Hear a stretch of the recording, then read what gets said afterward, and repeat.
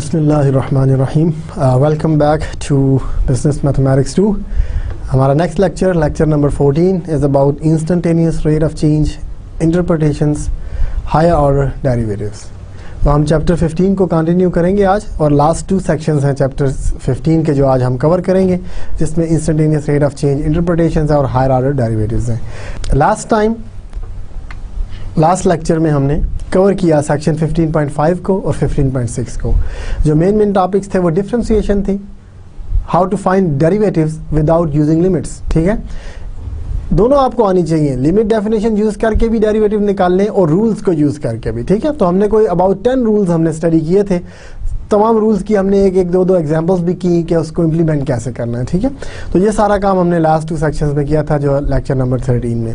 आज हम कंटिन्यू रखेंगे लेक्चर इसी डिफरेंशिएशन को, और आपको याद होगा कि आपने इंस्टेंटेनियस रेट ऑफ चेंज पढ़ा था। आज हम उसकी इंटरप्रिटेशंस पढ़ेंगे और सेकंड ऑर्डर डेरिवेटिव्स देखेंगे, थर्ड ऑर्डर डेरिवेटिव्स देखेंगे और हायर ऑर्डर डेरिवेटिव्स। ठीक है, तो ये आज के हमारे टॉपिक्स होंगे सेक्शन 15.7 और 8 में। रिकॉल करते हैं एक एग्जाम्पल। आपको याद होगा एक एग्जाम्पल थी, एक ऑटोमोबाइल ट्रिप था जिसमें हमने 2 घंटे का टूर लिया, 5 घंटे की हमने जर्नी ली थी, और उसमें एवरेज रेट ऑफ चेंज निकाल के दिखाए थे आपको मैंने। वो मैं दोबारा लिखता हूँ, होपफुली आप रिकॉल कर लेंगे। एग्जाम्पल नंबर 25 थी वो, उसमें जो फंक्शन था d is equal to f of t. ये आपके पास था 8t स्क्वायर प्लस 8t। ठीक है, ये आपके पास जो डिस्टेंस देता है ये after time t was in hours. ठीक है, आवर्स में ये आप t है आपका, तो t मुख्तलिफ टाइम्स में जो आपने डिस्टेंस ट्रैवल किया है ये वो दे रहा था आपको। ठीक है ना, तो ये डिस्टेंस थे आपके माइल्स में। ठीक है, तो d वाज इन माइल्स, ये डिस्टेंस है आपका। ठीक है, और t वाज इन आवर्स जो कि आपका टाइम है। ठीक है ना, ये आपकी 2 चीज़ें थी, और हमने वो फिगर सी भी बनाई थी। अगर आप याद करें तो 1 घंटे के दौरान एवरेज रेट ऑफ चेंज क्या था, दूसरे घंटे के दौरान एवरेज रेट ऑफ चेंज क्या था, फिर जो पूरे 2 घंटे के दौरान एवरेज रेट ऑफ चेंज क्या था। पहले हमने ये पढ़ा था, फिर हमने instantaneous rate of change at t is equal to 1 भी पढ़ा था, जो कि हमने लिमिटिंग वैल्यू पढ़ी थी कि हमने पहले 1 से 2 तक इंटरवल लिया, फिर 1 से 1.5 तक, फिर 1 से 1.1 तक, 1.01 तक। तो इंटरवल को छोटा करते करते करते करते हम 1 को अप्रोच करके देखा तो क्या आंसर आया, तो उसको हमने इंस्टेंटेनियस वेलोसिटी कहा था। ठीक है, तो इसमें हमने जो डिस्टेंस पढ़ा था, तो instantaneous velocity of the car जो थी वो इंस्टेंटेनियस रेट ऑफ चेंज था। ठीक है, तो अगर हम वेलोसिटी पढ़ना चाहें, ठीक है, लेट्स से टू डिटरमिन, अब क्योंकि हमने डेरिवेटिव सीख ली है तो अब हमें इंटरवल्स निकालने की जरूरत नहीं है। To determine instantaneous velocity, to determine instantaneous velocity at t is equal to 3। ठीक है, हम पहले निकालेंगे derivative, need f prime eight 3। देखिए ना, f जो है वो डिस्टेंस देता है, f प्राइम जो देगा वो डिस्टेंस पर यूनिट टाइम देगा आपको। ठीक है, माइल्स पर आवर, तो ये वेलोसिटी बन गई, और at t is equal to 3 वो इंस्टेंटेनियस वेलोसिटी आपको दे देगा। ठीक है, तो पहले सबसे पहले हम ये डायरेक्ट नहीं निकाल सकते f प्राइम ऑफ 3, पहले हम f प्राइम ऑफ t निकालेंगे, फिर t इक्वल टू 3 रख लेंगे। ठीक है, तो अगर f प्राइम ऑफ t आप निकालें तो देखें डेरिवेटिव निकालना है, ये है डेरिवेटिव रिस्पेक्ट टू t।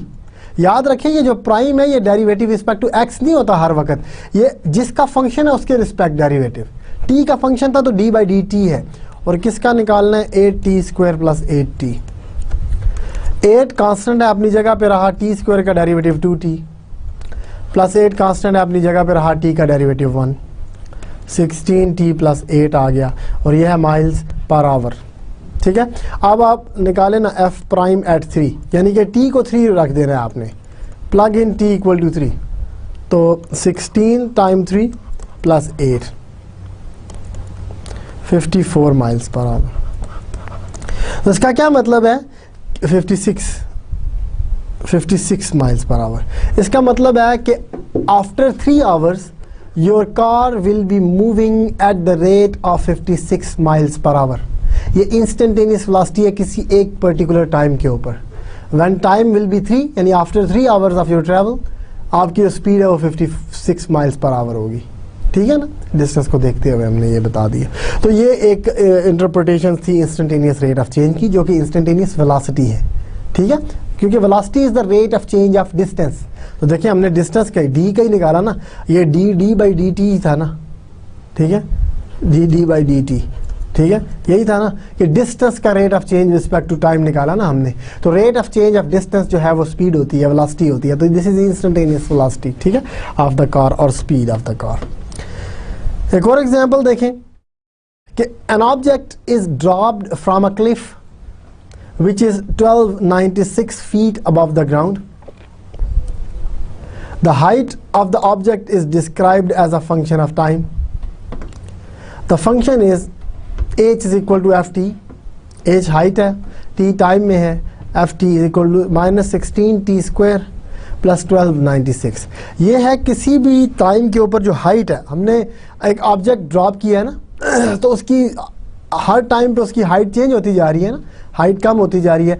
तो देखें जब t 0 था तो आपकी हाइट कितनी है 1296, और ये वही हाइट है ना जो इधर दी हुई है कि 1296 उसकी। तो इनिशियली इसकी हाइट 1296 है, ड्रॉप किया तो कम होती जाएगी। आप देखें ना माइनस है, -16t स्क्वायर, तो कुछ ना कुछ माइनस होता जा रहा है उसमें से, तो हाइट कम होती जा रही है, ठीक है। और हाइट फीट में दी हुई है, t time measured in seconds, her second उसकी हाइट चेंज हो रही है from the time the object is dropped, ठीक है। क्वेश्चन ये है how far will the object drop 2 seconds, कि 2 सेकेंड में कितना ड्रॉप होगा आपका object. What is the instantaneous velocity of the object eight 2 second. पहले तो हाइट बताएं कितनी ड्रॉप होगी, और फिर वेलोसिटी भी बताएं कि उस टाइम पे कितनी तेजी से ये नीचे जा रहा होगा। फिर थर्ड ये है कि what is the velocity of the object at the instant it hits the ground. After some time it will hit the ground, तो उस जब वो हिट करेगा तो कितनी वेलोसिटी होगी, कितनी स्पीड से वो हिट करेगा ग्राउंड को, ठीक है। ये हमने 3 चीज़ें देखनी है इस क्वेश्चन में। सोल्यूशन देखिए, वो कह रहा था चेंज इन हाइट इज, पहला क्वेश्चन तो ये था ना कि आफ्टर 2 सेकेंड उसकी हाइट क्या होगी। तो F of 2 minus F of 0, यही चेंज इन हाइट है ना 2 सेकेंड में, कि t 0 पे जितनी हाइट है वो f0 देगा, t2 पे जितनी हाइट है वो f2 देगा। इन दोनों का डिफरेंस ले लें तो हाइट इन टाइम आ जाएगा, हाइट आ जाएगी after t is equal to 2 seconds. तो f ऑफ 2 कैसे निकलेगा, देखिए हमने सिर्फ 2 प्लग इन कर देना है। यहाँ पे t की जगह 0 रखेंगे एक दफ़ा और t की जगह 2 रखेंगे, ठीक है। तो 16 टाइम्स 0 प्लस 1296, 16 टाइम्स 4 प्लस 1296, आपके पास 2 चीज़ें आ जाएंगी, ठीक है। ये जो है ये पावर में है 2, ये भी पावर में है 2, ठीक है। तो 16 टाइम्स 4 64 माइनस ये, तो ये -64। देखें क्योंकि आपकी हाइट कम होती जा रही है ना, इसलिए जो चेंज इन हाइट है वो नेगेटिव में है। याद रखें चेंज इन हाइट नेगेटिव में आया -64, इसका मतलब है कि 64 फीट आप ड्रॉप हो जाएंगे। माइनस का मतलब यही है ना, हाइट अगर प्लस में होती तो आप ऊपर जा रहे होते, ऊपर तो जा ही नहीं रहे, हाइट माइनस में, इसका मतलब है हम नीचे जा रहे हैं। दस the object drops 64 feet during the first 2 seconds, ठीक है। सेकंड में वो कह रहा है कि आप कि वेलोसिटी जो है वो कितनी है। वेलोसिटी किधर से आती है, वेलोसिटी आती है डेरिवेटिव से। तो ये टाइम का फंक्शन है, ये x नहीं टाइम है। f प्राइम ऑफ t कितना आया, f प्राइम निकालें ना, ये देखें आपके पास है -62, तो यहाँ से अगर आप f प्राइम निकालें तो क्या निकलेगा, -16 as it is, t square का डेरिवेटिव 2t और प्लस कांस्टेंट है तो 0 आ गया, तो ये आया -32t, -32t। और ये देखें यही हमने यहाँ पे लगाया, देखें -32t, ठीक है। ये वही डेरिवेटिव है, आप आराम से निकाल सकते हैं। The object will have a velocity equal to f prime of t, f prime of t is equal to -32 times 2, क्योंकि t आपके पास अब 2 सेकंड्स के बाद हमने देखना है ना, 2 सेकंड्स के बाद देखना है, तो 2 सेकंड्स के बाद क्या आएगी इसकी वेलोसिटी, t की जगह 2 रख दें, f prime of 2, f prime of 2 32 times 264 feet पर सेकंड। तो जब वो 64 फीट ड्रॉप हो चुका होगा उस इंस्टेंट पे उसकी वेलोसिटी भी 64 फीट पर सेकंड है, यानी हर सेकंड वो 64 फीट ड्रॉप होना शुरू हो जाएगा। ये at t is equal to 2 second है, ठीक है ना, फीट पर सेकंड। तो this is the instantaneous velocity of that object after 2 seconds, ठीक है, इंस्टेंटेनियस रेट ऑफ चेंज दे रहा है आपको derivative. Minus sign indicates that the अब देखें माइनस साइन का क्या मतलब है, 64 फीट पर सेकंड लेकिन माइनस के साथ, इसका मतलब है आपका ऑब्जेक्ट नीचे की तरफ आ रहा है। और ये एक्सपेक्ट भी कर रहे हैं हम, जब आप नीचे की तरफ फेंकेंगे तो वेलोसिटी नेगेटिव ही होगी, पॉजिटिव नहीं होगी। पॉजिटिव वेलोसिटी होती तो हाइट ऊपर जा रही होती है, इंक्रीज हो रही होती, ठीक है। तो इधर से ये पता चल रहा है कि ये डिक्रीज हो रही है। तो इस तरह से हम साइन को डेरिवेटिव का जो साइन होता है, इंस्टेंटेनियस रेट ऑफ चेंज का जो साइन होता है, उसको इंटरप्रेट भी करना चाहिए कि -64 का क्या मतलब है और +64 का क्या मतलब है। -64 का मतलब कि हाइट कम होती जा रही है आपकी, ठीक है, ज़मीन से करीब आते जा रहे हैं आप। प्लस होती तो आप ज़मीन से दूर जा रहे होते, और जो कि सिनेरियो नहीं है। ऑब्जेक्ट ड्रॉप किया आपने, उसकी हाइट हर पल डिक्रीज हो रही है, तो इसका मतलब है वेलोसिटी उसकी नेगेटिव ही आनी चाहिए थी, ठीक है। तो इसका मतलब है कि जो काम है वो ठीक है, इसमें कोई गलती नहीं है। The velocity of the object when it hits the ground. अब दो चीज़ें हमें करनी पड़ेंगी, याद रखें, क्योंकि देखें ऑब्जेक्ट नीचे आ रहा था, ठीक है ना, इसने हिट कर दिया ग्राउंड को। लेट्स से ये ग्राउंड है आपका, ठीक है, ये ग्राउंड है आपका। अब देखिए ऑब्जेक्ट नीचे आ रहा है, ठीक है, तो हाइट इधर इसकी हाइट थी, जब ये स्टार्ट हुआ तो हाइट थी 1296। अब हमें नहीं पता कि कितना टाइम लगा उसको नीचे आते हुए, लेकिन ये हमें पता है कि जब वो ग्राउंड को हिट करेगा तो उसकी हाइट कितनी हो जाएगी, 0, ठीक है, हाइट 0 हो जाएगी। तो पहले हाइट को 0 करके टाइम निकालें कि कितना टाइम लगा था हाइट 0 होने में। जब हाइट 0 हुई, इतना टाइम लगा, तो इसका मतलब है ग्राउंड को उसने हिट कर दिया था। क्योंकि वेलोसिटी देखें, वेलोसिटी टाइम का फंक्शन है। ये देखें वेलोसिटी यहाँ से निकलेगी ना, यहाँ पे तो हमें टाइम चाहिए कि टी की क्या वैल्यू है, वो हमें पता नहीं, तो पहले हम टी निकालेंगे। तो यहाँ से उसने कहा कि जब ऑब्जेक्ट हिट्स द ग्राउंड आपका h 0 हो जाएगा, तो h को 0 कर दें। ये फिर स्क्वायर में है h, ये h हमने 0 कर दिया, ठीक है। इसको अब सॉल्व कर लें, तो h 0 किया, अब इसको -1296 करें दोनों तरफ, ठीक है, -1296 करें, ये कैंसिल हो गया। फिर 16 को डिवाइड करें, ठीक है, दोनों तरफ -16 डिवाइड भी करें। ये -16t² जो है वो -1296 आ गया था। अब 16 से डिवाइड करें, -16 से दोनों तरफ डिवाइड करें, तो अब आपके पास t² जो है वो 81 आ गया, जो कि यहाँ पे लिखा हुआ है, ठीक है। अब t सॉल्विंग फॉर t, हमने सॉल्व किया फॉर t, तो ये आया आपके पास। सॉल्व जब किया तो t क्या आया, 9 + -9, ठीक है ना। 81 का स्क्वायर रूट +-9 होता है, लेकिन हम +9 लेंगे, सिर्फ -9 इग्नोर कर देंगे, क्योंकि ये टाइम है। टाइम -9 तो नहीं होना चाहिए ना, टाइम तो +9 होना चाहिए, तो हम उसको इग्नोर कर देंगे। तो आपके पास time, since a negative root is meaningless, क्योंकि टाइम है, ठीक है, तो हम प्लस ले लेंगे। तो we can conclude that the object will hit the ground after 9 seconds, ठीक है। तो आपका जो ऑब्जेक्ट है वो 9 सेकेंड के बाद हिट करेगा। अब वेलोसिटी आप इस टाइम पे निकाल लें, ठीक है। तो अब आपने वेलोसिटी निकाली, the velocity at this time, यानी कि at t = 9, that is at this time का मतलब that is eight t = 9।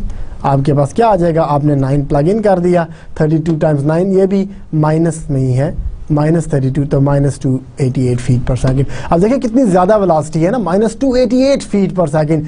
After 2 second सिर्फ 64 फीट पर सेकेंड के हिसाब से चल रहा था। तो ये आपने देख, आप छत से पत्थर गिराएं, आपने गिराए भी होंगे, काफ़ी काम किया होगा। ड्रॉप करें ना, अगर उसका वेट है तो जितना वो दूर जाता जाएगा उतनी उसकी स्पीड तेज़ होती जाएगी।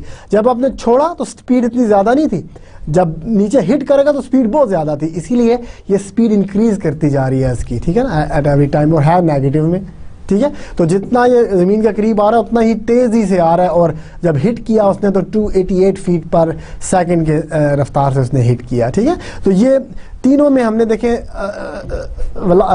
डेरिवेटिव निकाला। डेरिवेटिव निकाल के हमने देखा कि उसका मतलब क्या देता है, इंस्टेंटेनियस वेलोसिटी देता है, इंस्टेंटेनियस रेट ऑफ चेंज देता है, ठीक है। तो ये एक एग्जांपल थी जो आपकी बुक में हुई थी, और मैंने इसको रिपीट किया। आई होप कि यू अंडरस्टूड इट। इसके बाद एक है एक्सपोनेंशियल ग्रोथ प्रोसेस, ठीक है। एक एग्जांपल है एक्सपोनेंशियल ग्रोथ प्रोसेस। कुछ चीज़ें हैं ग्रो करती हैं एक्सपोनेंशियली, तो ये हम देखते हैं क्या। Exponential growth processes were introduced in chapter 7। आपने बिजनेस मैथमेटिक्स 1 में चैप्टर 7 में देखा होगा कि क्या होता है एक्सपोनेंशियल ग्रोथ। कोई भी फंक्शन अगर इंक्रीज हो रहा है और उसकी एक्सपोनेंशियल फॉर्म है e⁻ समथिंग, इसका मतलब वो एक्सपोनेंशियली ग्रो कर रहा है, ठीक है। The generalized exponential growth function was presented in, अब उसी इक्वेशन में है ठीक है, प्रेजेंटेड एज ही लिख दें। The exponential growth function was presented as v is equal to f of t v naught e to the k t. मैंने आपको पहले भी कहा था ना कि किसी की भी एक्सपोनेंशियल फॉर्म है, v नॉट एक कांस्टेंट है, k नॉट भी k भी कांस्टेंट है, ठीक है, v नॉट और k जो हैं ये कांस्टेंट्स हैं, ठीक है, ये कांस्टेंट्स हैं दोनों।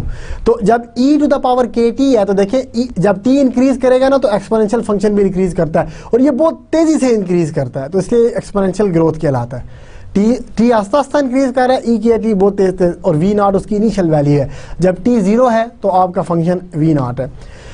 We also indicated that these processes are characterized by a constant percentage rate of growth, जो कि के है।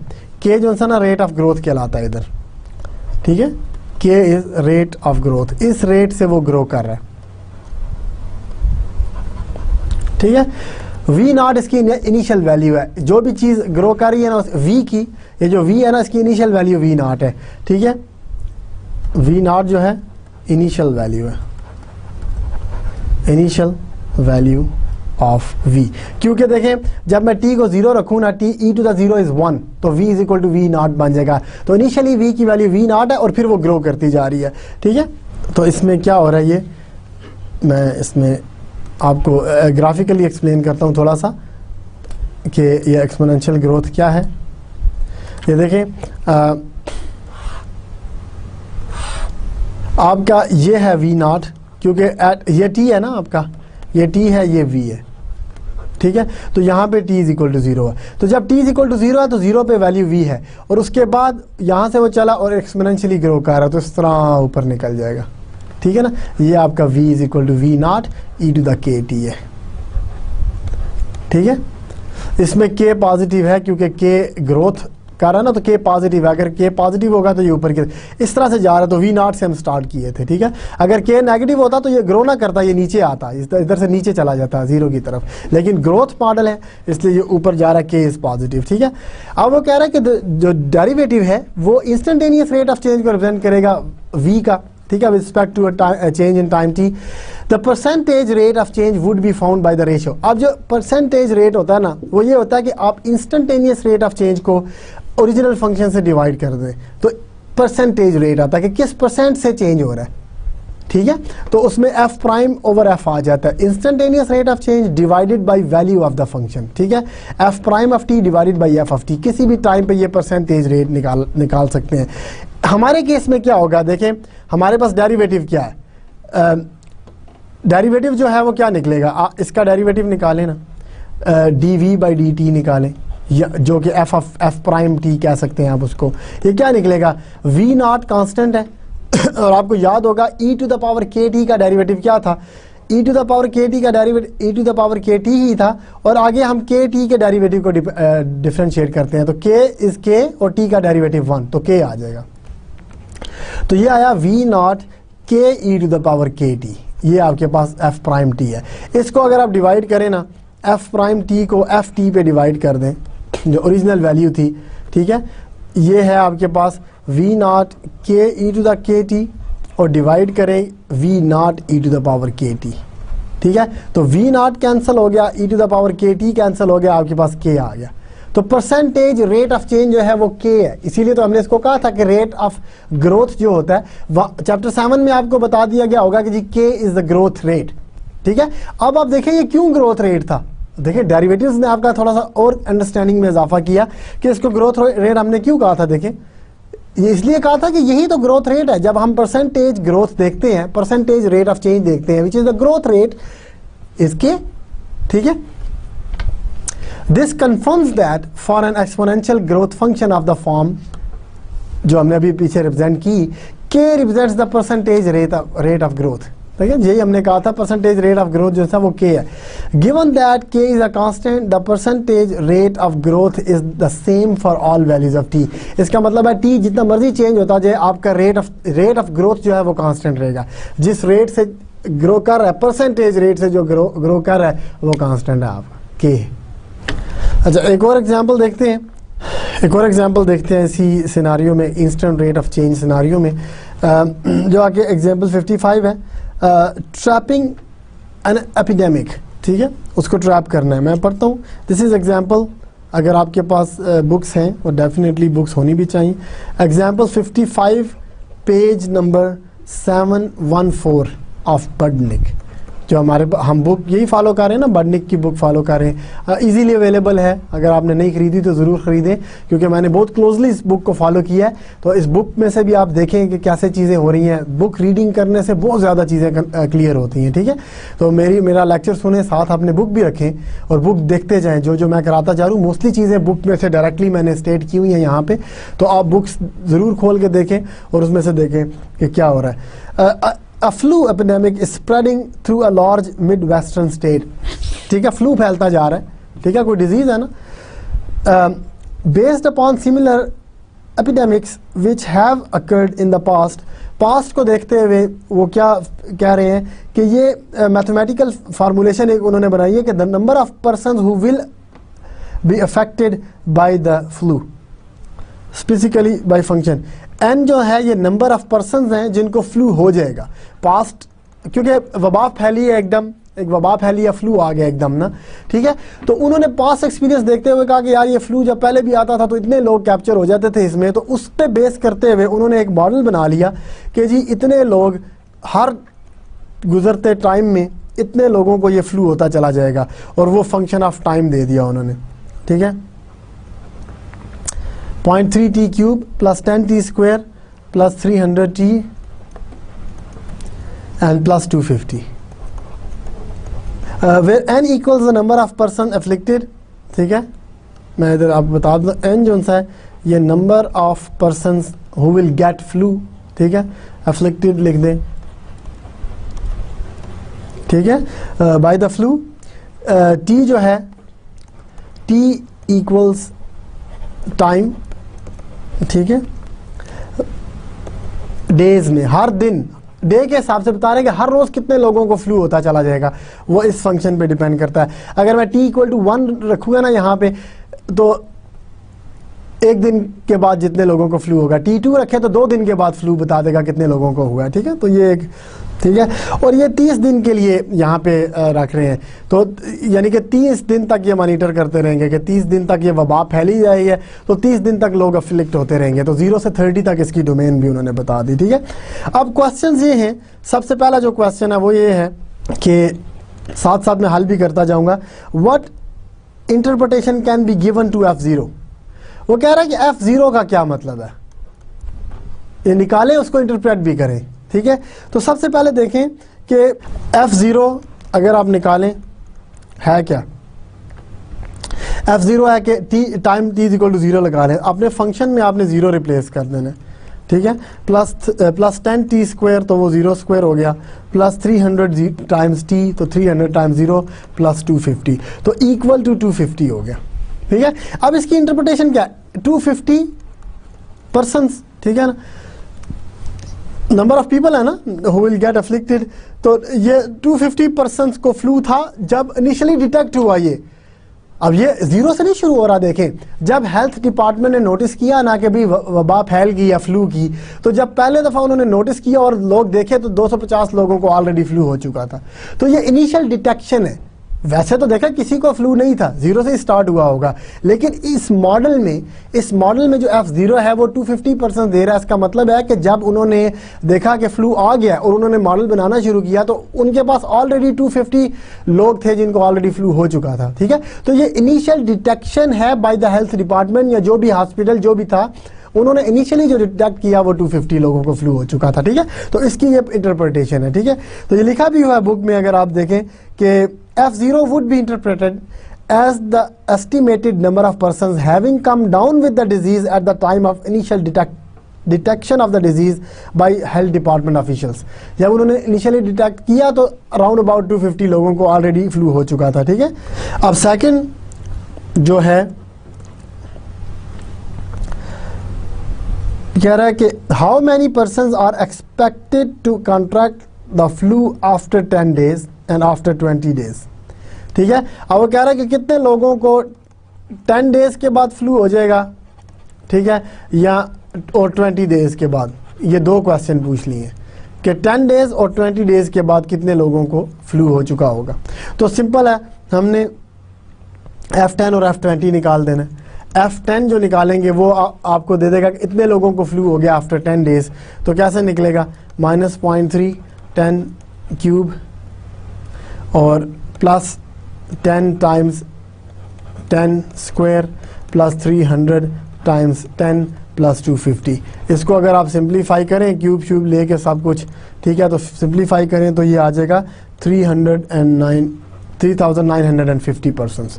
इतने लोगों को 10 दिन के बाद फ्लू एक्सपेक्टेड है। क्योंकि देखिए मैथमेटिकल मॉडल है तो ज़रूरी नहीं है कि 3950 लोगों को ही फ्लू हो जाए, इसके राउंड अबाउट होगा। तो ये एक्सपेक्टेड नंबर ऑफ पर्सन्स हैं, क्योंकि डेफिनेटली जो मॉडल बनाया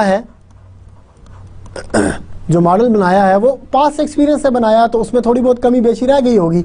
तो इसके राउंड अबाउट जो सा ना, अगर आपका मॉडल बहुत अच्छा है तो हो सकता है एग्जैक्टली 3950 भी आ जाए। अब कह रहा है कि आफ्टर 20 डेज, तो अब 20 रख दें इसमें, टी की जगह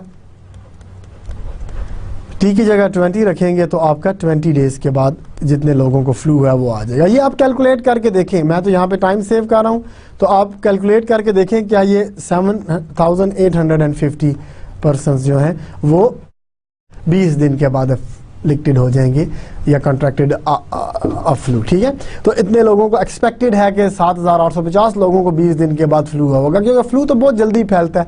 ठीक है, आप किसी फ्लू वाले पर्सन के साथ बैठे ना, देखें आप भी घर फ्लू लेके आएंगे, तो फ्लू तो बहुत जल्दी फैलता है, और ख़ास तौर पे अमेरिकन स्टेट्स में तो फ्लू का बहुत प्रॉब्लम है। ठीक है, और ये है भी वेस्टर्न अमेरिकन स्टेट्स हैं, ज़ाहिर है अमेरिकन ऑथर है तो उसने अमेरिकन ही का जिक्र करना है। तो वहाँ पे तो जो ही ये स्प्रिंग आता है तो फ्लू शॉट्स लगनी शुरू हो जाती हैं सबको, ठीक है ना, कि लोगों को फ्लू ना हो। बहुत ज़्यादा फ्लू का मसला होता है वहाँ पे। आज वैसे मुझे भी थोड़ा थोड़ा फ्लू का मसला है, आप मेरी आवाज़ से शायद आपको लग रहा हो। ठीक है, तो खैर मैथमेटिकल फार्मूलेशंस जो आपको गिवन है उसमें इस तरह से हम let's see the c part of this example. C part में क्वेश्चन ये है कि आपका एवरेज रेट ऑफ चेंज क्या है 12th डे।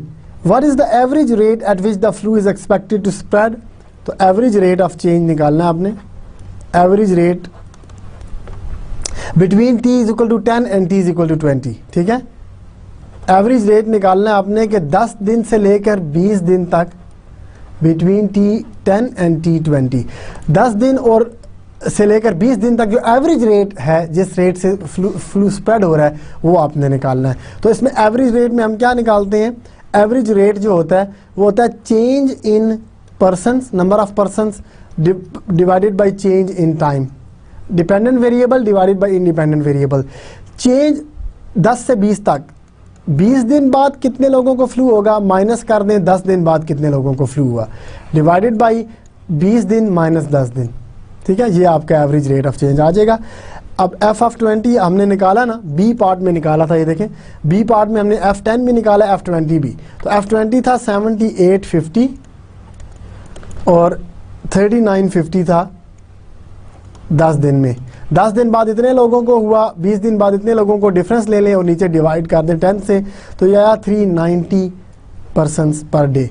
तो ये एवरेज रेट है, ज़रूरी नहीं है कि यही हो पर्सन्स पर डे, ज़रूरी नहीं है कि हर रोज़ 390 लोगों को पड़ रहा है, हो सकता है एक दिन 380 हो, अगले दिन 400 लोगों को हो जाए, तो एवरेज तो 390 आई ना उनकी। तो ये एवरेज रेट ऑफ चेंज है। इसके बाद हम इंस्टेंटेनियस रेट ऑफ चेंज देखते हैं। इसके बाद डी पार्ट है, डी पार्ट में उसने कहा कि इंस्टेंटेनियस रेट चले 11वें दिन और 12वें दिन। अब ये एवरेज नहीं है, ये इंटरवल नहीं दिया, ये दो क्वेश्चन पूछे हैं कि T11 पे क्या एवरेज रेट ऑफ चेंज आएगा और T12 पे क्या एवरेज रेट ऑफ चेंज आएगा। तो ये डेरिवेटिव से निकलेगा। f प्राइम ऑफ t हमने निकाला, ये इसका डेरिवेटिव था। अब T11 पे f प्राइम ऑफ 11 निकाल लें, -0.9 11 square plus 20 11 plus 300 is equal to 411.1 persons per day. ठीक है, अब देखें ना, हमने कहा है कि 390 जो है वो एवरेज रेट ऑफ चेंज है, लेकिन देखें 11वें दिन तो 411 लोगों को तकरीबन। ठीक है, 11वें दिन जो रेट ऑफ चेंज था वो 411 था, 390 नहीं था, वो एवरेज है, ये इंस्टेंटेनियस है। ऑफ कोर्स डिफरेंस तो होगा। T12 पे देखें अब कि 12वें दिन क्या इंस्टेंटेनियस रेट ऑफ चेंज है, तो यह -0.9 12 स्क्वायर प्लस 20 टाइम्स 12 प्लस 300। ठीक है, तो अब ये देखें तो आपके पास आया 410.4, कम हो गया। ठीक है ना, तो इस तरह ये पर्सन्स पर डे। तो अब ये जो है इंस्टेंटेनियस रेट्स ऑफ चेंज निकाले हमने 11वें दिन और 12वें दिन, और पूरे 10 दिन का, यानी कि 10 दिन से लेकर 20 दिन के दरमियान जितना एवरेज रेट ऑफ चेंज था वो 390 था पिछली एग्जांपल में हमने देखा। ठीक है, अब वो कह रहे हैं कि इंटरप्रेट करें डी के रिजल्ट को ना, तो डी के रिजल्ट को कैसे इंटरप्रेट हम कर सकते हैं? ये इंस्टेंटेनियस रेट्स ऑफ चेंज है, तो इनकी इंटरप्रिटेशन क्या होगी कि 11वें दिन जो rate at which the flu is was being spreaded was 411.1% पर डे। ठीक है, इसी तरह 12वें दिन यही जो रेट ऑफ चेंज था, इंस्टेंटेनियस रेट ऑफ चेंज था, वो 410.4% पर डे हो गया। ठीक है ना, तो ये इंस्टेंटेनियस रेट ऑफ चेंज है कि हर दिन के हिसाब से हम देख रहे हैं कि कितने लोगों को और पड़ जाएगा। लेकिन ज़रूरी नहीं है कि 12वें दिन 411 है तो 13वें दिन, 14वें दिन, 15वें दिन हर रोज़ ही 411 लोगों को नहीं। आपने देखा है कि average rate of change different है इससे। इसका मतलब है कि हर रोज़ जो नंबर ऑफ पीपल अफ्लिक्ट हो रहे हैं फ्लू से वो डिफरेंट है। अगर वो डिफरेंट ना होते तो रेट ऑफ चेंज और एवरेज रेट ऑफ चेंज और इंस्टेंटेनियस रेट ऑफ चेंज अलग ना होते। ये डिफरेंट है, इसका मतलब है हर रोज़ का रेट ऑफ चेंज डिफरेंट है, तो एवरेज जो है वो 390 आ गया। ठीक है जी, तो ये एक इंस्टेंटेनियस रेट ऑफ चेंज की इंटरप्रिटेशन की एक और एग्जांपल थी। ठीक है, तो 2-3 एग्जांपल्स अब हमने देखी। आई होप कि आपको इंस्टेंटेनियस रेट ऑफ चेंज का आइडिया हो गया होगा कि ये क्या होता है, क्या नहीं होता। याद रखना है आपने कि instantaneous change of rate of change is derivative. कोई फंक्शन दिया हुआ है, आपने उसकी इंस्टेंटेनियस रेट निकालना है तो वो है डेरिवेटिव। ठीक है, एवरेज रेट ऑफ चेंज निकालना है तो वो है डिफरेंस कोशेंट, उसमें दो वैल्यूज के दरमियान डिफरेंस डिवाइडेड बाय दो वैल्यूज के दरमियान डिफरेंस, वो होता है average rate of change over the interval. Instantaneous rate of change एक पॉइंट पे आता है जो कि डेरिवेटिव से निकल आता है। ठीक है, तो ये हमने चीज़ें आज पढ़ी। हायर ऑर्डर डेरिवेटिव्स, सबसे पहले हम सेकंड डेरिवेटिव पढ़ेंगे कि सेकंड डेरिवेटिव क्या होता है। The second derivative f double prime, higher order derivatives. Higher order derivatives में हम सेकंड डेरिवेटिव पहले करेंगे। तो second derivative f double prime, first derivative f prime था तो सेकंड को एफ डबल प्राइम कह देते हैं। Of a function is the derivative of the first derivative, यानी फंक्शन का डेरिवेटिव आप निकाल चुके थे, उसको एक और दफा डेरिवेटिव ले लें, क्योंकि देखिए एफ एक्स एक फंक्शन है, उसका आप डेरिवेटिव लेंगे तो वो एक और फंक्शन है। ठीक है, जब उसका एक और फंक्शन आ गया तो उसका दोबारा डेरिवेटिव, उसको ट्रीट करेंगे यार ये तो एक फंक्शन है बस, उसको ये ना ट्रीट करें कि ये डेरिवेटिव है, उसका एक और डेरिवेटिव ले लें। तो डेरिवेटिव का एक और डेरिवेटिव जो है ओरिजिनल फंक्शन का सेकंड डेरिवेटिव बन जाएगा। At x it is denoted by either d2y by dx square और f डबल प्राइम x। ठीक है, जो मर्जी कर लें। Just as the first derivative is a measure of the instantaneous rate of change in the value of y with respect to x, the second derivative is measure of instantaneous rate of change in the value of first derivative with respect to x. f prime ने f में change क्या दिया था ना, तो f double prime f prime में change क्या देगा, सीधी सी बात है, क्योंकि f प्राइम को हमने एक नई वैल्यू मान ली, उसमें जितनी चेंज हो रही है वो f डबल प्राइम से आ जाएगी। ठीक है, described differently, the second derivative is a measure of instantaneous rate of change in the slope with respect to change in x। क्योंकि first derivative क्या था, अगर आप recall करें, first derivative was the slope of the function। अब अगर आप slope में भी change देखना चाहें तो at what rate the slope is changing, ये आप second derivative से निकाल लेंगे। ठीक है, तो मैं इसमें मैथमेटिकली अगर हम एक फंक्शन कंसीडर करें F x is minus x square, तो बताएं इसका पहला डेरिवेटिव क्या आएगा, एक्स प्राइम। देखिए सिंपल सी बात है, माइनस 2x आएगा, क्योंकि पावर रूल है, माइनस अपनी जगह पे है, एक्स स्क्वायर का डेरिवेटिव 2x है।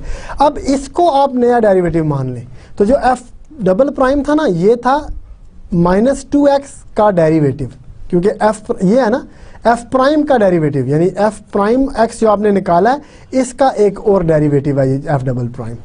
ठीक है, तो f डबल प्राइम क्या था, f प्राइम ऑफ x जो है वो माइनस 2x है, इसको दोबारा से डिफरेंशिएट करें तो minus 2 times 1 which is minus 2। Derivative का दोबारा डेरिवेटिव निकाल लिया आपने। ठीक है, तो माइनस 2 आ गया। अब देखें इसी में अगर मैं नोटेशन लिखना चाहूँ तो हमने स्टार्ट किया y is equal to f of x से। ठीक है, ये आपके पास फंक्शन है जो गिवन फंक्शन है। ठीक है, फंक्शन विच इज़ गिवन। ठीक है, अच्छा एक दफ़ा डिफ्रेंशिएट करेंगे तो ये आएगा dy by d x which is F prime of x. ठीक है, ये है। अब देखें इसको मैं फर्स्ट डेरिवेटिव क्या देता हूँ, फर्स्ट डेरिवेटिव ऑफ एफ। ठीक है, with respect to x, with respect to x तो अब अंडरस्टूड है। इसको एक और दफ़ा डिफ्रेंशिएट कर दें, जो आंसर आया है d2y लिखना है, dy2 नहीं लिखना, dx ये इधर d2 के ऊपर आता है। वो क्यों, देखें हमने, मैं अभी इसको एक्सप्लेन करता हूँ, हमने फिर एक दफ़ा डिफ्रेंशिएट करना है ना, तो देखें लेफ्ट साइड पे ये ऑलरेडी मौजूद है, ये मौजूद है ना लेफ्ट साइड पे, एक दफ़ा फिर डेरिवेटिव ले लें। डेरिवेटिव का मतलब है d बाई डी एक्स, और राइट पे f prime of x already मौजूद है, और डेरिवेटिव का मतलब एक और प्राइम। दो नोटेशंस यूज़ कर रहा हूँ, dy बाई डी एक्स में एक d बाई डी एक्स और आ जाएगा। अब देखें d और d दो दफ़ा आया ना, तो d स्क्वायर बना है, d2y डिवाइडेड बाई dx ये पूरा स्क्वायर है, तो हम ब्रैकेट्स नहीं लगाते, बस dx स्क्वायर लिख देते हैं। तो ये d2 by d x square of y है, और इधर ये f प्राइम का प्राइम डबल प्राइम आ गया। ठीक है, तो ये है सेकंड डेरिवेटिव ऑफ f। ये फर्स्ट डेरिवेटिव है f प्राइम का, ये f प्राइम का फर्स्ट डेरिवेटिव है, लेकिन f का सेकंड डेरिवेटिव बन गया, second derivative of f with respect to x। ठीक है, ये नोटेशन है आपकी, d2y by d x use कर लें या f double prime of x use कर लें। ठीक है, इसकी एग्जांपल एक हमने देखी। ठीक है, तो लेट्स से एक और एग्जांपल देख लेते हैं। आपके पास X square minus 3x plus 10 है, लेट्स से प्लस 10 है, तो dy बाई डी एक्स क्या आएगा, dy बाई डी एक्स इसका एक डेरिवेटिव है, तो वो है 2x माइनस 3। ठीक है, सेकंड डेरिवेटिव क्या बनेगा, d2y by d x square. ये किसका, ये इसका डेरिवेटिव है, इसका डेरिवेटिव क्या आएगा 2 टाइम्स 1 माइनस 0 विच इज़ 2। ठीक है, आंसर का डेरिवेटिव लेना है आपने, एक और डेरिवेटिव निकालने के लिए। एक और एग्जांपल देखते हैं। The following figure illustrates the graph of f prime and f double prime. ठीक है, the function f is a parabola which is concave down with the vertex at 0 0। ये concave down concept next sections में और clear मैं करूंगा। अभी ये है कि इस तरह की जो शेप है वो कनकेव डाउन कहलाती है। The tangent slope is positive to the left of the vertex but becomes less positive as x approaches 0. To the right of the vertex, the tangent slope is negative, becoming more negative as x increases. The graph of f prime indicates the value of the slope at any point of f. ठीक है, तो सबसे पहले मैं आपको sketch करके बताता हूँ कि हमने ये कैसे निकाला। एक पैराबोला बना रहा हूँ, आपने पैराबोला देखे होंगे बड़े अच्छी तरीके से। ठीक है, ये पैराबोला आपका y is equal to minus x square. ठीक है, ये आपका पैराबोला। ठीक है, पैराबोला इस तरह की जो शेप होती है ना, जो इस तरह की शेप होती है, ये कनकेव डाउन कहलाती है। आपको अगले सेक्शन में और ज़्यादा क्लियर हो जाएगा, तो अभी कनकेविटी डाउन की इतना वरी करने की ज़रूरत नहीं है, नेक्स्ट सेक्शन में सब कुछ क्लियर हो जाएगा। ये जो फंक्शन है ये है f of x is equal to negative x square. ठीक है, तो ये आपका कनकेव। अब इसमें ये कह रहा है कि ये जो ये वर्टेक्स है इसका, ये जो 0 है, पैराबोला का ये जो वर्टेक्स होता है ये, ठीक है, इसको वर्टेक्स कहते हैं। ये जो है लेफ्ट साइड पे वो कह रहा है कि स्लोप पॉजिटिव है। किसी भी पॉइंट पे आप देखें बनाएं, किसी भी पॉइंट पे ना टेंजेंट ड्रा करें, ये टेंजेंट है ना इस पॉइंट पे, ठीक है, ये टेंजेंट लाइन है जो कर्व को टच करके जा रही है। ये जो है ये ऊपर की तरफ जा रही है ना, तो पॉजिटिव स्लोप है। थोड़ा सा आप 0 के करीब जाएं, ये पॉइंट लें, तो आप देखें ये लेस पॉजिटिव है, यानी कि डिक्रीज कर रही है स्लोप। स्लोप जितनी हॉरिजॉन्टल होती जाए ना, वो 0 के करीब जाती है। वर्टिकल की स्लोप इन्फिनिटी होती है, यहाँ पे 1 हो जाती है, कम होती होती 0 हो जाती है। तो देखें जो जो हम करीब जा रहे हैं 0 के, आपकी स्लोप जो है वो हॉरिजॉन्टल होती जा रही है। और फिर जब आगे चलेंगे तो ये स्लोप नेगेटिव हो गई। जब ये एक्स एक्सिस से नीचे आ जाए तो स्लोप नेगेटिव हो जाती है और नेगेटिव होती जा रही है। तो ये कह रहा है कि becoming more and more negative. ये उसने पिछले पैराग्राफ में दिखा कि स्लोप पॉजिटिव थी, कम पॉजिटिव होते होते 0 हो गई, फिर नेगेटिव हुई तो और नेगेटिव होती चली गई। ठीक है, तो अगर हम इसके डेरिवेटिव का ग्राफ बनाएं तो डेरिवेटिव का ग्राफ कैसे बनेगा?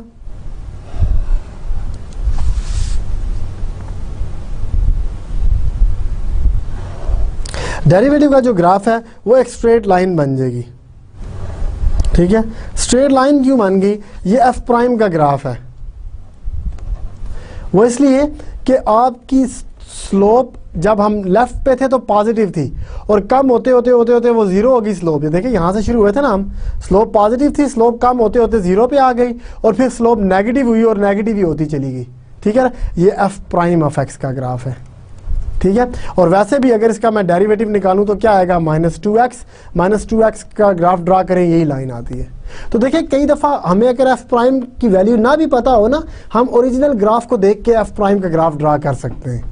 ठीक है, फिर वो कह रहा है note that the values of f prime are positive but becoming less positive and approaches to zero. फिर वो नेगेटिव बन जाता है और मोर नेगेटिव। ये देखें, वो पॉजिटिव थी, पॉजिटिव से नीचे आई वो और जीरो की तरफ आई, जीरो के बाद वो नेगेटिव होगी और मोर नेगेटिव, यानी और नीचे जाती जा रही है, नेगेटिव होती जा रही है। ठीक है, दस the graph of f prime is consistent with our observation of the sketch of F. तो जो हमारी जो एफ प्राइम का ग्राफ है वो बिल्कुल इसके साथ कंपैटिबल है ना। ठीक है, कि जिस तरह हमने एफ में देखा कि स्लोप के साथ क्या हो रहा है, वही उसका ग्राफ भी दे रहा है एफ प्राइम का। तो एफ प्राइम जो मीनिंग दे रहा है आपके ओरिजिनल फंक्शन से, दोनों सेम मतलब हमें दे रहे हैं। ठीक है, अब हम सेकंड डेरिवेटिव की तरफ चलते हैं। ठीक है, सेकंड डेरिवेटिव अगर आप देखें, ग्राफ ड्रा करते हैं इसका सेकंड डेरिवेटिव का। ठीक है,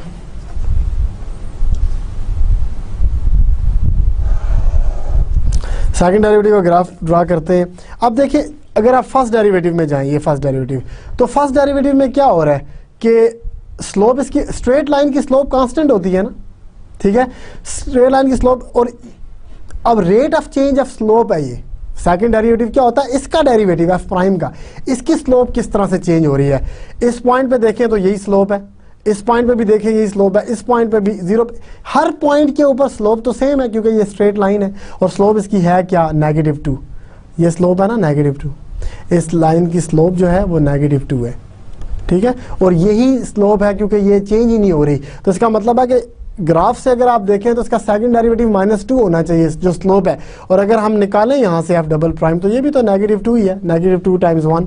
ठीक है, F double prime of x जो सा वो क्या है? -2 × 1 विच इज़ -2, और हमने ग्राफिकली देखा तब भी -2 ही था, -1 -2, ये -2 है। तो आपकी जो स्ट्रेट लाइन है ये ग्राफ है आपका एफ डबल प्राइम का। ठीक है, ये आपका f double prime of x equal to -2, because it's a constant, तो इट्स अ हॉरिजॉन्टल लाइन। कोई भी फंक्शन जिसकी वैल्यू कांस्टेंट हो उसका ग्राफ हॉरिजॉन्टल लाइन बनता है। हर पॉइंट पे इसकी स्लोप -2 है। तो एफ देखिए, एफ क्या था? ये था। ठीक है ना, एफ प्राइम स्ट्रेट लाइन बन गई, F double prime horizontal line बन गई। ठीक है, तो इस तरह से ये हमने डेरिवेटिव निकाले। तो ये भी कंपैटिबल है। देखें हमारे जो ग्राफ से हमने निकाला था तो हम कह रहे थे कि एफ डबल प्राइम तो कांस्टेंट बनेगा, और मैथमेटिकली निकाला तो तब भी ये कांस्टेंट ही बना। ठीक है, तो ग्राफ से जो है ना एफ प्राइम और एफ डबल प्राइम को ना ग्राफ से भी समझने की कोशिश करें कि अगर एफ का ये ग्राफ है तो एफ प्राइम का ग्राफ कैसे बनेगा, एफ डबल प्राइम का ग्राफ कैसे बनेगा। ठीक है, ये चीज़ें समझनी है। जो हम आगे पढ़ते जाएंगे डेरिवेटिव्स को और ये चीज़ें क्लियर होती जाएंगी। नेक्स्ट चैप्टर में हमने बड़ा थारोली स्टडी करना है और अप्लाइड मीनिंग्स देखने हैं कि फर्स्ट डेरिवेटिव सेकंड डेरिवेटिव क्या क्या कर सकते हैं हमारे लिए। ठीक है, तो आपको ये चीज़ें और भी ज़्यादा क्लियर होती चली जाएंगी। एक और जो है आपके पास सेकंड डेरिवेटिव का, आप देखें जब एफ टी जो है, जब वो डिस्टेंस था ना, ठीक है, distance travelled by an object in T hours, ठीक है, या टी जो भी आवर्स है, सेकंड्स है, जो भी है, आवर्स और मिनट्स और सेकेंड्स जो भी हमें दिया, हमें नहीं पता, और डिस्टेंस भी माइल्स में हो सकता है, कुछ भी हो सकता है। ठीक है ना, एटसेट्रा कुछ भी हो सकता है ये टाइम। ठीक है, टी यूनिट ऑफ टाइम लिख दें आप, in T units of time, second, minute, hour जो भी दिया, डेज जो भी दिया हुआ है। अच्छा, अब इसमें जो हमने फर्स्ट डेरिवेटिव कहा था कि फर्स्ट डेरिवेटिव जो है, ठीक है, वो है इंस्टेंटेनियस रेट ऑफ चेंज, ठीक है, of f with respect to t. ठीक है। और ये है क्या था, इसको हमने कहा था इंस्टेंटेनियस वेलोसिटी है, इंस्टेंटेनियस वेलोसिटी ऑफ ऑब्जेक्ट, ठीक है, एट टाइम t, कि किसी टाइम t के ऊपर f प्राइम ऑफ t आपको इंस्टेंटेनियस वेलोसिटी कहता है, which is the rate of change of distance, instantaneous rate of change of distance f travelled, ठीक है। तो ये आपको वेलोसिटी मिल गई। अगर हम इसको d कहें डिस्टेंस को, तो मैं इसको v कह सकता हूँ, v इज द वेलोसिटी, और ये भी t का टाइम का फंक्शन होगा आपका, जो f प्राइम है टाइम का फंक्शन है, ठीक है। अब अगर मैं वेलोसिटी को भी डिफरेंशिएट कर दूं, अगर मैं वेलोसिटी का फर्स्ट डेरिवेटिव ले लूं, तो ये क्या होगा, ये क्योंकि वेलोसिटी तो ऑलरेडी फर्स्ट डेरिवेटिव था फंक्शन का, तो ये वेलोसिटी का डेरिवेटिव जो है वो सेकंड डेरिवेटिव दे देगा फंक्शन का, ऐसा ही है ना, सेकंड डेरिवेटिव दे देगा वेलोसिटी। इसको हम एक्सेलरेशन कह देते हैं ए। ये है instantaneous rate of change of velocity, ठीक है, विच इज एक्सेलरेशन, एक्सेलरेशन और इंस्टेंटेनियस एक्सेलरेशन भी कह सकते हैं, ठीक है। लिख लें, defined as acceleration at time t, ठीक है। तो ये एक और एप्लीकेशन है आपके सेकंड डेरिवेटिव की, कि अगर फंक्शन आपका डिस्टेंस ट्रेवल्ड है, फर्स्ट डेरिवेटिव इंस्टेंटेनियस वेलोसिटी दे देता है, सेकंड डेरिवेटिव इंस्टेंटेनियस एक्सेलरेशन दे देता है, कि वेलोसिटी किस हिसाब से चेंज हो रही है। देखिए गाड़ी चलाते हैं, मोटरसाइकिल चलाते हैं, एक्सेलरेटर कहते हैं ना हम उसको, पैडल को एक्सेलरेटर कहते हैं, ठीक है।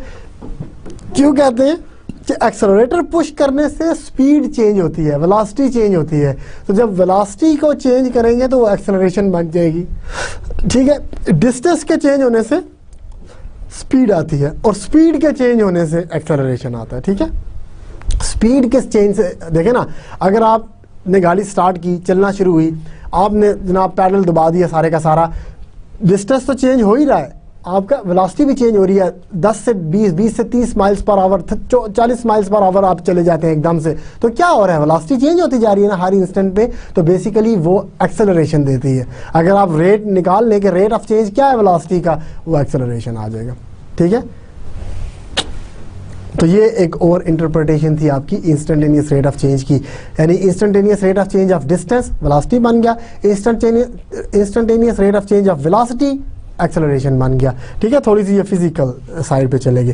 अब क्या सेकंड ऑर्डर से भी ऊपर जा सकते हैं हम कि नहीं, तो जा सकते हैं ना। देखें इस एग्जांपल में देखें, फर्स्ट डेरिवेटिव एक्स स्क्वायर आया, फर्स्ट फंक्शन एक्स स्क्वायर था, फर्स्ट डेरिवेटिव 2x बन गया, सेकंड डेरिवेटिव -2 बन गया, -2 को दोबारा डिफरेंशिएट नहीं कर सकते, क्या आएगा 0, तो वो थर्ड डेरिवेटिव बन जाएगा। जितने मर्जी आप डेरिवेटिव लेते चले जाएं, कोई मसला नहीं है, ठीक है, एज लॉन्ग एज कि आपका डेरिवेटिव एग्जिस्ट करता हो, ठीक है। तो third and higher order derivatives, तीसरा डेरिवेटिव आप मजे से ले सकते हैं, थर्ड डेरिवेटिव, तो nth ऑर्डर डेरिवेटिव क्या लेते हैं, हायर ऑर्डर डेरिवेटिव को nth, n कुछ भी हो सकता है, n1 हो सकता है, 2 हो सकता है, 3 हो सकता है, 4 हो सकता है, कुछ भी हो सकता है। तो nth ऑर्डर डेरिवेटिव क्या होगा, the nth order derivative of f denoted by f of n is found by differentiating the derivative of order n minus 1, that is at any x f n of x क्या होगा कि जो एक कम derivative है ना उसको एक दफ़ा और डेरिवेटिव ले ले तो nth डेरिवेटिव आ जाएगा, ठीक है।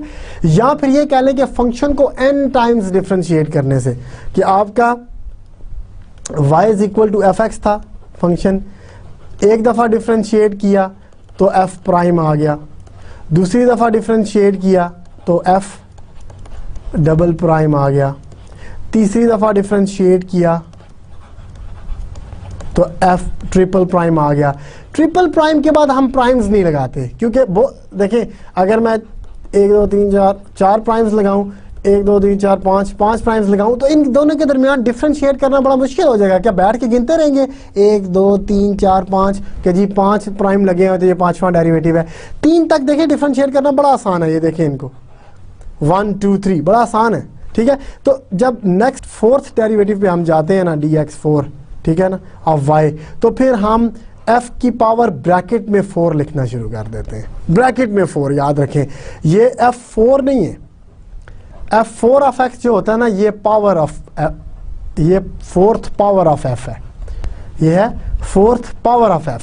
जबकि ये क्या है, ये जो ब्रैकेट में हमने लिखा है, ये ब्रैकेट में जो हमने लिखा है, ये जो ये 4 है, ये फोर्थ पावर है, लेकिन ब्रैकेट में जो हमने पावर 4 लिखी है ना, ये फोर्थ डेरिवेटिव ऑफ f है, याद रखना है आपने। इसलिए ब्रैकेट लगानी बहुत ज़रूरी है, जब आप नंबर लिखेंगे तो ब्रैकेट लगानी बहुत ज़रूरी है, ठीक है। फोर्थ पावर और 4, तो 3 तक प्राइम यूज़ करते हैं, first derivative, second derivative, third derivative, 3 primes के साथ आ गया, उसके बाद हम नंबर लिखना शुरू कर देते हैं, ठीक है। तो चलते जाएं चलते जाएं चलते जाएं, तो हम कहते हैं कि fn ऑफ x जो है वो nth डेरिवेटिव आ गया। इधर ब्रैकेट नहीं लगाते, ये पावर ही है dny/dxn, इधर ब्रैकेट नहीं लगाते राइट साइड पे। दिस इज कोई भी nth ऑर्डर डेरिवेटिव या nth डेरिवेटिव, आप सिर्फ nth डेरिवेटिव भी कह सकते हैं, ऑर्डर ना भी कहें तो कोई मसला नहीं है, ठीक है। वैसे पूरा नेम इसका बनता है nth order, third order derivative, लेकिन थर्ड डेरिवेटिव से भी समझ जाया जा सकता है of f with respect to x। और ये क्या था, हमने जो कहा कि ये असल में पहला डेरिवेटिव है n-1 का। अगर तीसरे डेरिवेटिव को मैं एक और दफ़ा डिफरेंशिएट कर दूं तो वो चौथा डेरिवेटिव आ जाएगा ना। तो n-1 को एक और दफ़ा डिफरेंशिएट करें तो ये dny बन जाता है, ठीक है। इसी तरह ये जो लेफ्ट साइड पे है, लेफ्ट साइड क्या है कि आपने n-1 तक आप जा चुके थे, इसका एक और डेरिवेटिव ले लें तो nth डेरिवेटिव बन जाएगा। तो ये नोटेशंस हैं, ठीक है। जैसे फॉर एग्जांपल अगर मैं 3 डेरिवेटिव मेरे पास थे, मैंने इसका एक और डेरिवेटिव ले लिया तो मैं इसको f4 ऑफ x लिख दूंगा, ठीक है। या मेरे पास f5 ऑफ x लिखा हुआ था, मैंने इसका एक और डेरिवेटिव ले लिया तो मैं f6 ऑफ f लिख दूंगा, ठीक है। इस तरह से एटसेट्रा चलते जाएं, ठीक है।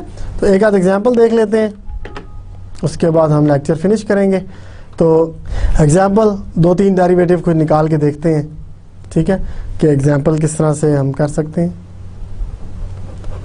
एग्जांपल है f(x) equal to x to the power 6 minus 2x to the power 5 6 हो गया 5 plus x4 minus 3x cube plus x square minus x plus 1, ठीक है। अब इसके हम डेरिवेटिव निकालते हैं 2-4, ठीक है। तो फर्स्ट डेरिवेटिव क्या आएगा, f prime of x, x6 का आया 6x5 माइनस 2 टाइम्स 5x4 तो ये 10x4 बन जाएगा, plus 4 times x cube minus 9 times x square plus 2x minus 1 plus 0। Second derivative निकाल लें, 30x4 40x cube 12x square, साथ साथ मैं मल्टीप्लाई भी करता जा रहा हूँ ना, जैसे 9 टाइम्स 2x है तो 18x लिख लिया, ठीक है। थर्ड डेरिवेटिव निकाल लें, 120x क्यूब आ जाएगा, 120x आ गया, x स्क्वायर 24x माइनस 18 आ गया। फोर्थ डेरिवेटिव निकाल लें, 360x स्क्वायर 240x प्लस 24। इसी तरह फिफ्थ डेरिवेटिव निकाल लें तो ये आ जाएगा 720x माइनस 240, ठीक है। चलते जाएं और डेरिवेटिव्स निकाल लें, सिक्स्थ डेरिवेटिव निकाल लें f6 ऑफ x तो ये आ जाएगा 720, ठीक है। फिर f7 ऑफ x निकाल लें तो 0 आ गया। अब 0 आ गया तो अब सारे 0 हो जाएंगे, ठीक है। इसका मतलब है कि f8x f9x f10x so on चलते जाए, सारे के सारे डेरिवेटिव 0 हो गए अगले, ठीक है। तो देखिए हमने कितने, एक नहीं बल्कि सारे के सारे डेरिवेटिव इस फंक्शन के निकाल लिए हैं। पहले 6 डेरिवेटिव जो है वो नॉन जीरो हैं, उसके बाद सारे के सारे डेरिवेटिव 0 हो गए, क्योंकि 0 का डेरिवेटिव तो 0 ही आता है ना। तो 7 8 9 वो आगे फिर मीनिंगलेस हो गया ना, बस, ठीक है। पहले 6 नॉन जीरो डेरिवेटिव्स हमने निकाल लिए, ठीक है। तो ये एग्जांपल थी, तो आप जहां तक चाहें डेरिवेटिव्स निकाल सकते हैं किसी भी फंक्शन के, ठीक है। तो ये था आज का हमारा मटेरियल। कि जिसमें हमने इंस्टेंटेनियस रेट्स ऑफ चेंज की कुछ एग्जांपल्स देखी कि क्या मतलब होता है उनका, और फिर हायर ऑर्डर डेरिवेटिव्स देखे। नेक्स्ट लेक्चर्स में हम देखेंगे कि क्या सेकंड और थर्ड डेरिवेटिव भी हमें कुछ देते हैं कि नहीं देते। फर्स्ट डेरिवेटिव ने तो हमें इंस्टेंटेनियस रेट ऑफ चेंज या फिजिकल ज्योमेट्रिकली स्लोप दे दी, सेकंड डेरिवेटिव हमें ज्योमेट्रिकली क्या देगा, ठीक है। तो ज्योमेट्रिकल इंटरप्रिटेशन देखेंगे सेकंड और थर्ड डेरिवेटिव्स की नेक्स्ट लेक्चर्स में, और डिफरेंशिएशन का ही टॉपिक चलता रहेगा चैप्टर 16 में, ठीक है। तो आज हमने कवर कर लिया 15.7, 15.8 जिनमें instantaneous rate of change interpretations थी, second order, third order and higher order derivatives थे। इसके साथ ही हमारा चैप्टर 15 ख़त्म हो गया आज। नेक्स्ट टाइम हम चैप्टर 16 स्टार्ट करेंगे जिसमें एडिशनल इंटरप्रिटेशंस हैं डेरिवेटिव की, सेकंड और थर्ड डेरिवेटिव की, और ऑप्टिमाइजेशन प्रॉब्लम्स हैं, ठीक है। तो इसके साथ ही आज का लेक्चर हमारा ख़त्म होता है। उम्मीद है कि आपको आज का लेक्चर समझ आया होगा। जितनी प्रैक्टिस कर सकते हैं करें, इससे आपको कैलकुलस समझ आएगी, वरना नहीं समझ आएगी, ठीक है। तो मैं उम्मीद करता हूं कि आप साथ साथ एक्सरसाइज के प्रॉब्लम्स प्रैक्टिस के लिए करते जा रहे हैं, ताकि जब मैं आपको होमवर्क्स और क्विज़ेस असाइन करूं तो आपको कोई डिफ़िकल्टी ना हो। नेक्स्ट टाइम चैप्टर 16 के साथ हाजिर होंगे। आज के लिए इतना ही। अल्लाह हाफिज़। अस्सलामु अलैकुम।